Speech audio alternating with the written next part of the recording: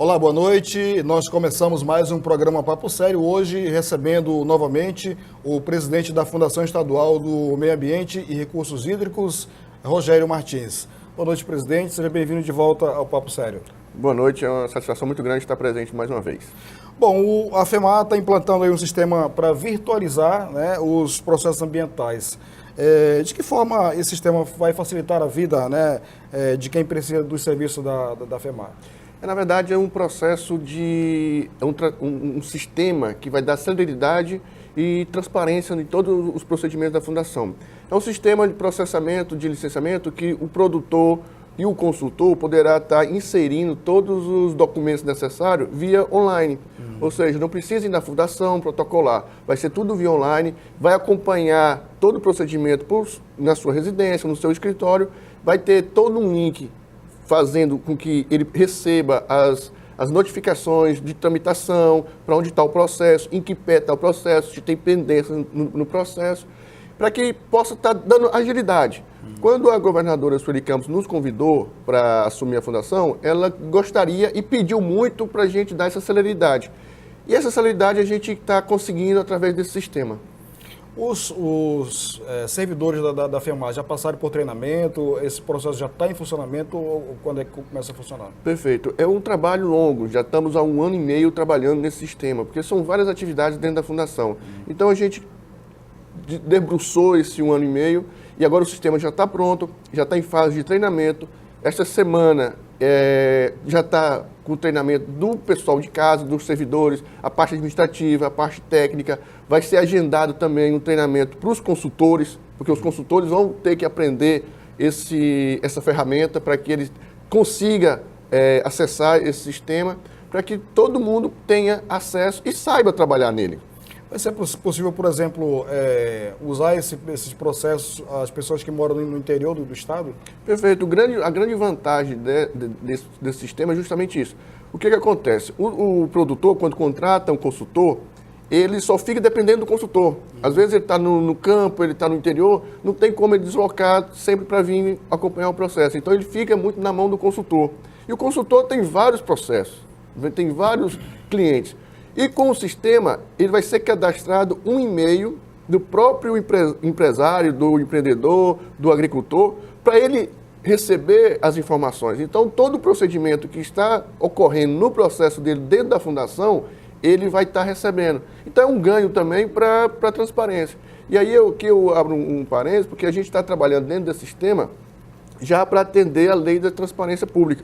A gente vai ter perfis diferenciados para o Ministério Público, tanto estadual quanto federal, para a Polícia Civil, Polícia Federal. Então a gente vai estar dando a transparência necessária que o sistema de licenciamento ele precisa.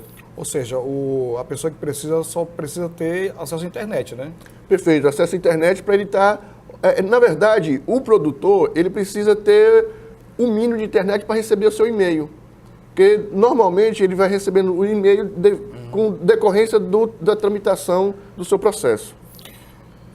Qual que é o endereço para realizar a consulta processual? Bom, não está disponível ainda, Isso, né? A gente vai estar disponibilizando, vai ter uma ampla divulgação, a gente vai estar trabalhando para que chegue até o consultor, chegue até o proprietário.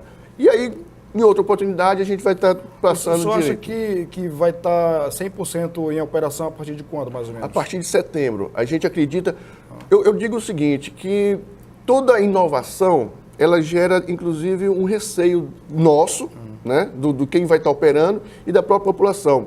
Eu acredito que a partir de setembro, a gente vai estar operando com algumas observações. A gente vai estar vendo em fase experimental, vendo como é que vai se comportar e fazer os ajustes decorrentes das necessidades.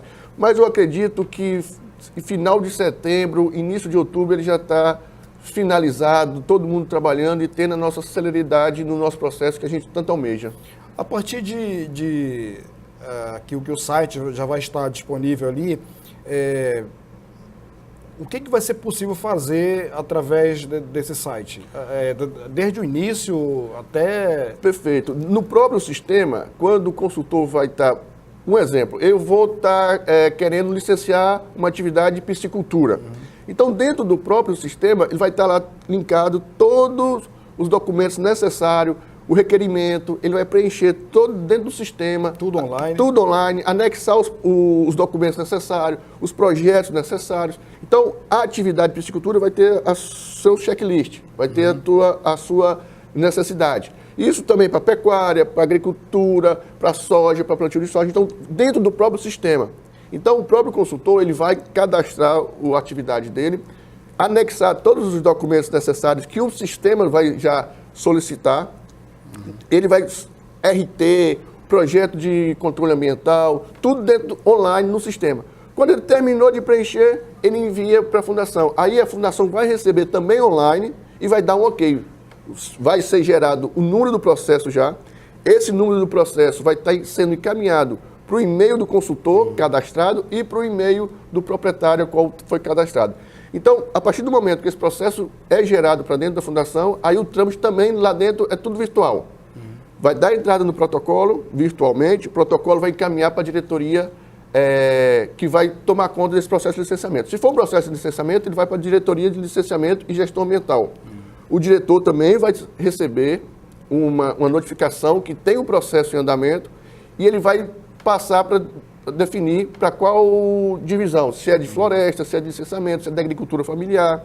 Então, todo esse processo, virtualmente, ele vai encaminhar para o diretor, para a chefia, e a chefia vai encaminhar para o analista, tudo virtualmente.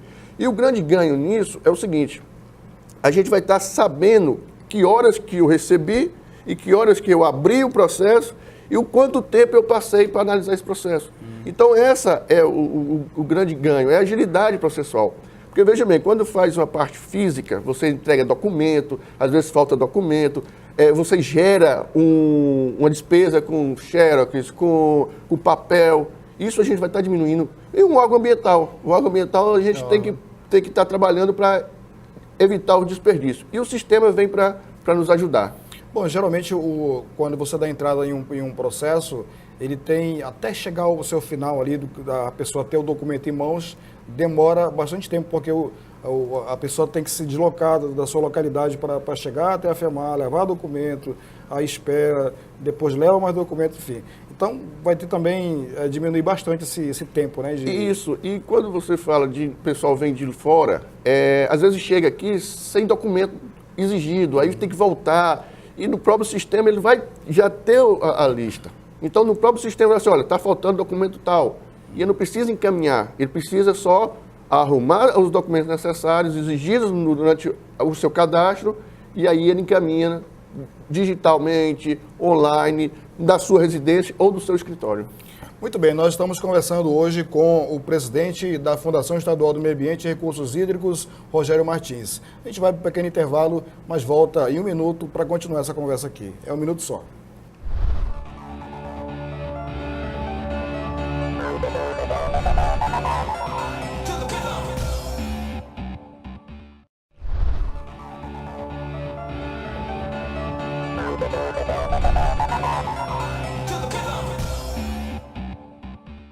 Nós voltamos com o programa Papo Sério, hoje conversando com o presidente da FEMAR, Rogério Martins. Presidente, o senhor participou nos dias 11 e 12 deste mês em Brasília de uma reunião com os secretários da Amazônia Legal, né? No qual o senhor também esteve presente. E o que de novidade foi tratado nesse encontro? Na verdade, é um fórum de secretários da região amazônica. A gente vem trabalhando com esse fórum desde o início da nossa gestão. Esse fórum trata de questões ambientais de toda a nossa região. Porque, veja bem, hoje o país, o governo federal, vende para o mundo uma imagem de meio ambiente, de metas a serem cumpridas. O pulmão do mundo. O pulmão do mundo.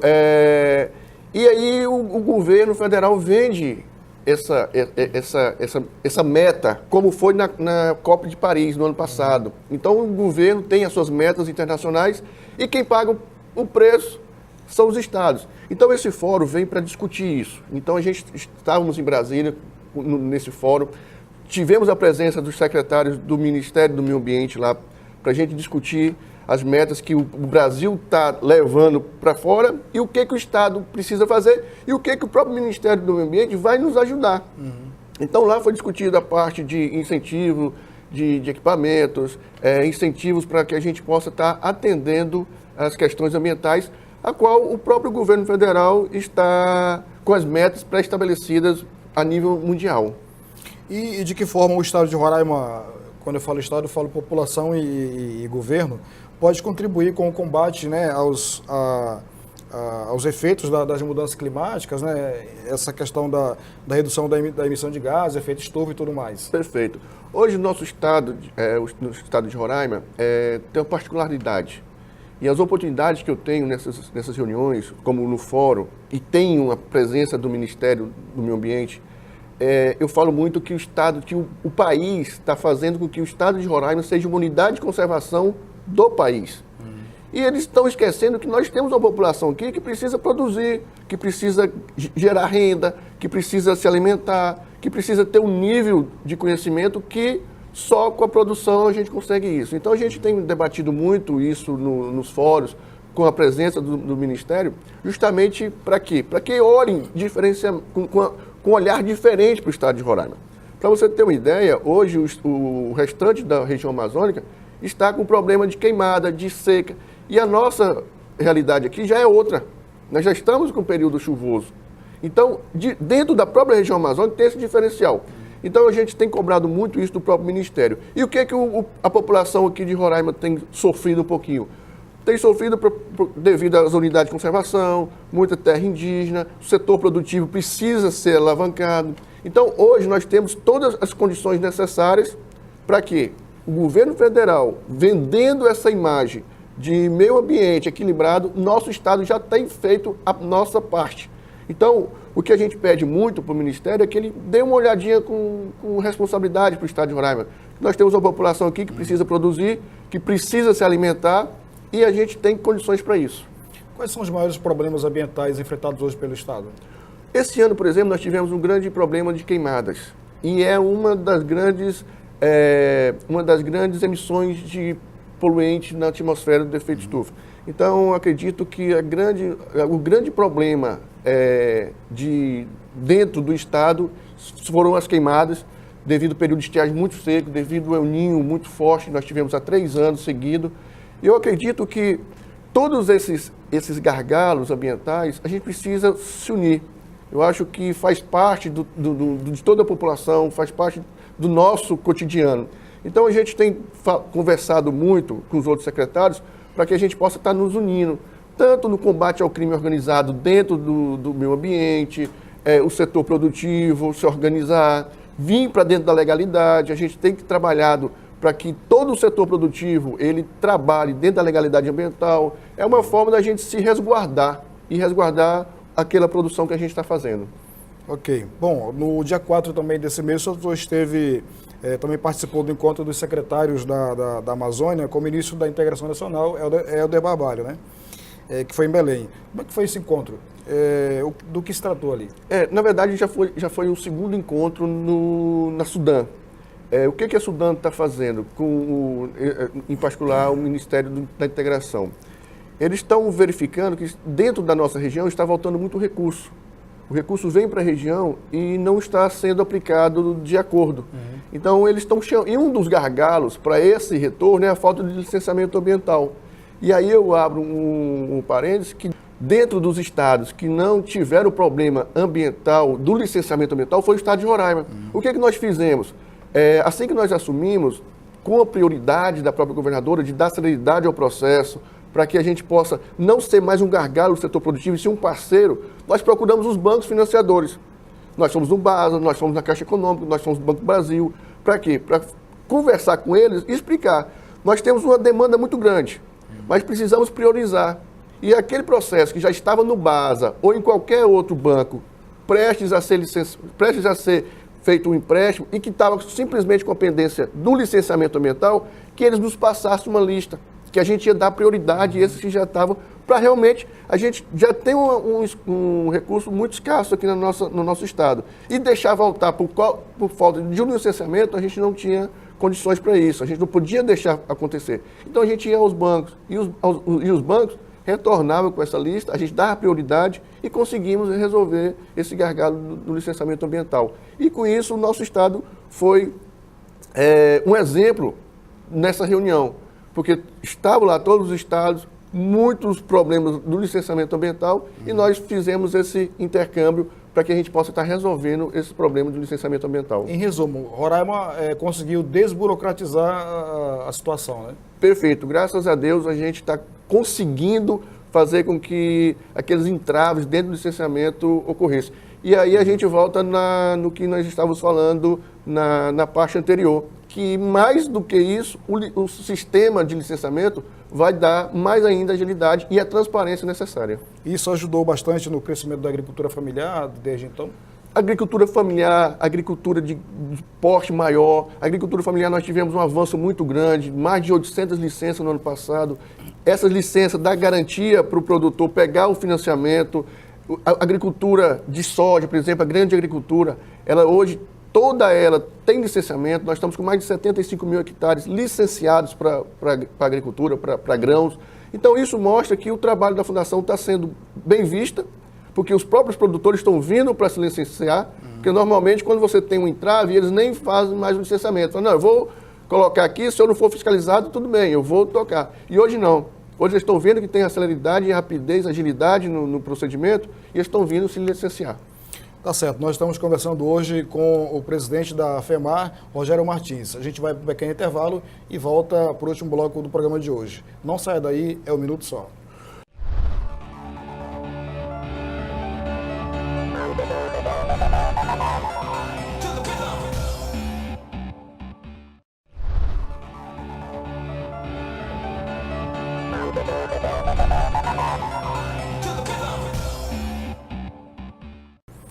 Nós voltamos com o programa Papo Sério, hoje conversando com o presidente da Fundação Estadual do Meio Ambiente e Recursos Hídricos, Rogério Martins.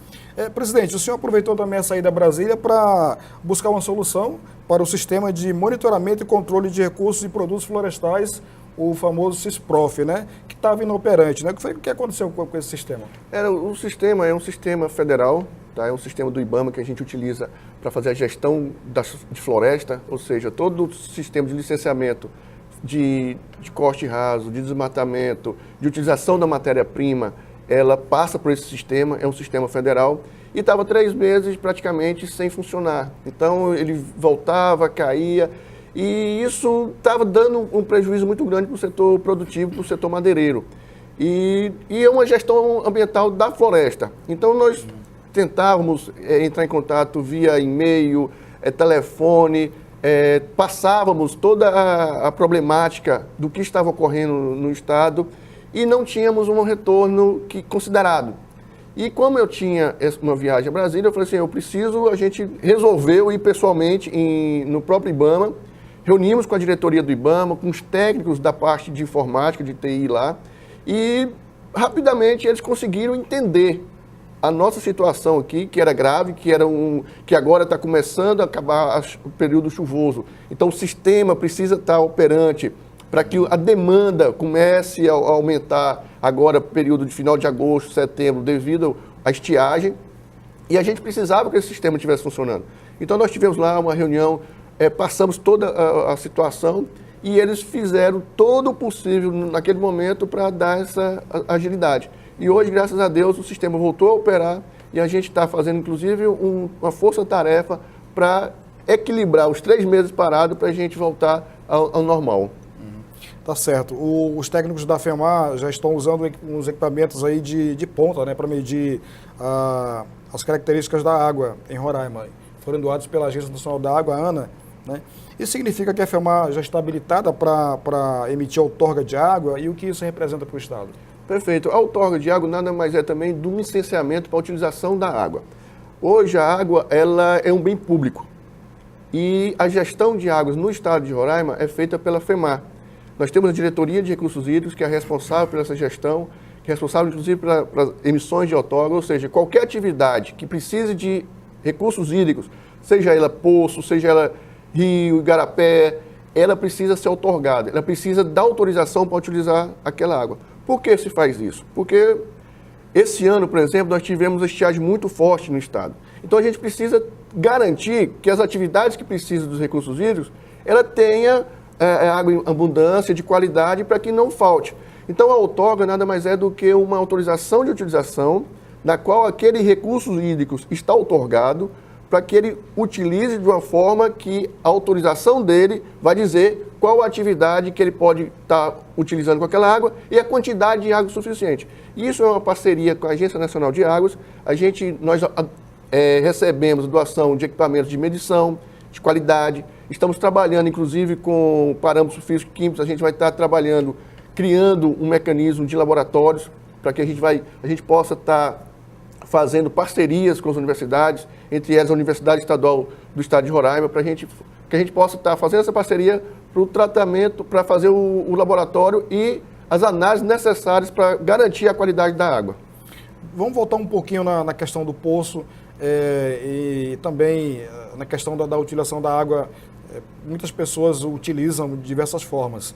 Quer dizer que se eu estou, mesmo no interior ou aqui na capital, se eu quiser fazer um poço, qualquer que seja o tipo de poço, eu vou precisar de uma autorização da FEMAR para isso. Se eu também trabalhar com horta, por exemplo, e aí passa um manancial ali no meu terreno, um igarapé, que seja, eu vou precisar também dessa autorização para poder utilizar essa água para regar a minha cultura, as minhas plantas ali? Perfeito. Qualquer atividade, seja ela para consumo próprio ou para alguma parte de agricultura ou até mesmo a parte de sedentação animal, você precisa dessa autorização. Agora, tem níveis de autorização. Um poço, por exemplo, no interior, eu preciso só fazer um cadastro de uso insignificante. É só um cadastro simples na fundação, não precisa de consultor. Não vai pagar nada. Não vai pagar nada, é só para um cadastro, para a gente saber quantidade de pessoas que estão utilizando aquele recurso hídrico daquela região. Para a gente começar a monitorar, até para monitorar a qualidade da água. Porque, veja bem, muitas das vezes você fura um poço, esse poço fica próximo de uma fossa. Então, esse cadastro vai mostrar se realmente aquele poço pode ser utilizado. Aí eu deixo um exemplo que você precisa ter um mínimo de 15 metros do poço a uma fossa, para você não ter essa contaminação. Então, esse cadastro que a gente solicita é justamente para a gente estar monitorando a quantidade, as pessoas, a localização, para a gente considerar que aquela água onde está sendo servida, seja ela para agricultura, para pecuária, seja para o próprio consumo humano, esteja dentro das potabilidades, dentro da qualidade ambiental. Às vezes a pessoa também perfura um poço e aí percebe que a água tem um sabor diferente, é meio salobra e não entende o porquê disso, né? Esse monitoramento vai dizer o motivo disso. Perfeito. Isso ele varia muito de acordo com o solo, né? Varia de acordo com o solo, a distância entre alguns pontos de contaminação, isso é importante verificar, fossa, como eu falei, as fossas, alguns pontos de contaminação, como posto de gasolina. Então, tudo isso vai deixar para que a gente faça isso no monitoramento na hora de fazer o cadastro. E aí, você explicou bem a respeito da agricultura e da horta. O que a gente tem feito? A gente tem feito muitas parcerias com as associações de hortifrutigranjeiros.